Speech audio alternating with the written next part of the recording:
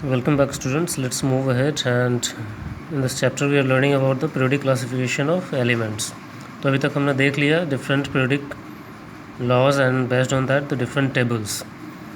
अब हम जो बात कर रहे हैं कि बहुत सारी प्रॉपर्टीज़ होती हैं राइट, जिनके बारे में बात कर रहे हैं कि दे शो सिमिलर ट्रेंड्स. तो अब हमें पढ़ना है कि प्रॉपर्टीज़ हैं क्या क्या. सो आपको प्रॉपर्टीज़ क्या होता है. Generally the broad classification is physical and chemical. Physical properties उन्हें बोलते हैं which depends on shape and size. ठीक है. एंड द केमिकल प्रॉपर्टीज़ वो जो केमिकल रिएक्शंस पे डिपेंड करते हैं. मतलब कि उसमें जैसे सपोज़ करो दो चीज़ें कंबाइंड की तो जो नया प्रोडक्ट बनेगा वो डिफरेंट होगा कंबाइनिंग से. मतलब उसका नेचर चेंज हो जाता है. That is the chemical change. In details we have to study about the physical properties first right. जैसे कि atomic radius, ionic radius, ionization enthalpy, electron gain enthalpy, electronegativity, electropositivity, ये हमें पढ़ना है. मैं बताऊंगा ये सब होते क्या हैं. ठीक है. So let's move ahead. पहले पढ़ते हैं एटॉमिक रेडियस. एटॉमिक रेडियस होता क्या है. सपोज़ करो ये एटम है, ठीक है, और ये उसका न्यूक्लियस है. तो न्यूक्लियस से लेके और एटम का जो आउटर मोस्ट शेल होगा उसके बीच का जो डिस्टेंस होता है that is called radius. Atomic radius circle में पढ़ते थे. दिस सर्किल ये सेंटर है, उसका जो ये डिस्टेंस हुआ सर्कमफेरेंस तक दैट इज़ द रेडियस. तो उसी तरीके से एटम ये है, उसका ये न्यूक्लियस है. तो न्यूक्लियस सपोज करो ये है, न्यूक्लियस का सेंटर है और वहाँ से जो आउटर मोस्ट शेल है उसका जो डिस्टेंस होगा that is called atomic radius. वो जनरली 10⁻⁻10 मीटर के रेंज में होता है. बहुत ही छोटा होता है. पहले इस चीज़ को मेज़र कर पाना बहुत मुश्किल था, बट आजकल हमारे पास कुछ मेथड्स हैं जैसे कि स्पेक्ट्रोस्कोपिक मेथड्स. ये बहुत ही माइन्यूट मेथड्स होते हैं जो कि बहुत ही सेंसिटिव हैं और ये एटॉमिक रेडियस वगैरह बता देते हैं. ठीक है. अब एटम्स जो है किसका हो सकता है. मेटल्स का भी हो सकता है, नॉन मेटल्स का भी हो सकता है राइट. तो जब दो मेटल्स आपस में कंबाइन करते हैं तो उसे उनके बीच का डिस्टेंस जब पता लगाते हैं तो that is called metallic radius. उसी तरीके से जो नॉन मेटल्स होते हैं उनको बोलते हैं नॉन मेटेलिक कोवेलेंट रेडियस या non metallic radius. Popular term is covalent radius. अब देखो होता क्या है. कोवेलेंट रेडियस पहले पढ़ते हैं. क्या हमने बोला. In case of non metals it is called covalent radius. अब सपोज़ करो दो हमारे पास क्या है नॉन मेटल्स है. से क्लोरीन है, Cl2 होता है. मतलब दो क्लोरीन का एटम है तो ये आपस में कंबाइंड किया. This distance atom and this atom, दो क्लोरीन एटम हो गया. ये Cl एटम, ये Cl एटम.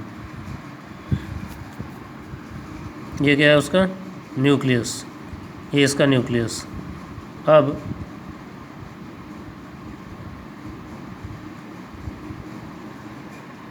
ये दोनों न्यूक्लियस के बीच का डिस्टेंस हुआ. तो इन दो न्यूक्लियस के बीच का जो डिस्टेंस होता है उसके आधे डिस्टेंस को हम क्या बोलते हैं एटॉमिक रेडियस. अगर ये रेडियस मान लो 100 नैनोमीटर है, दो एटम्स के बीच के न्यूक्लियस का डिस्टेंस, तो इसका आधा कितना हो जाएगा. ये वाला इतना दूर, इसको कितना हो जाएगा 50 नैनोमीटर. तो this is called atomic radius. वही चीज़ मैंने यहाँ भी बताया था. इसको भी अगर हाफ नहीं भी लोगे तो क्या फ़र्क पड़ता है. एक एटम उसका न्यूक्लियस और ये क्या है उसका आउटर मोस्ट शेल के बीच का डिस्टेंस है. तो दोनों तरीके से आप इसे डिफाइन कर सकते हो. तो this is the what I have written. Half the distance between the centres of the nucleus of two atoms. या सिंपली सबसे आसान एक एटम ले लो, उसका न्यूक्लियस, उसका सेंटर और ये डिस्टेंस. तो इसको हम लोग क्या लिख सकते हैं.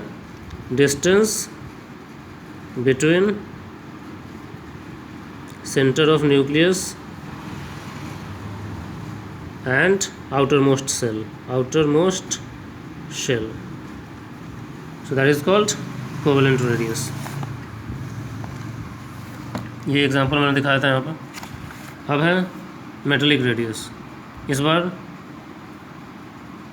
दो मेटेलिक एटम्स ले लो, उनके सेंटर के बीच का, न्यूक्लियस के सेंटर के बीच का ये डिस्टेंस है. तो इसका जो आधा होगा that is called what metallic radius. या फिर कोई एक ही मेटल का एटम लो, ये न्यूक्लियस, ये सेंटर, आउटर मोस्ट शेल और न्यूक्लियर सेंटर के बीच में जो डिस्टेंस होगा that is called metallic radius.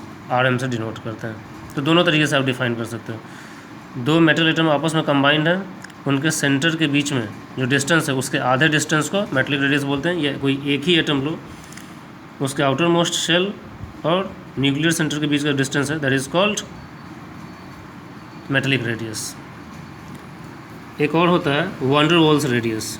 ये क्या होता है, सपोज करो इस बार एटम्स नहीं, दो डिफरेंट मॉलिक्यूल्स हैं, जैसे कि A2 और B2, ठीक है,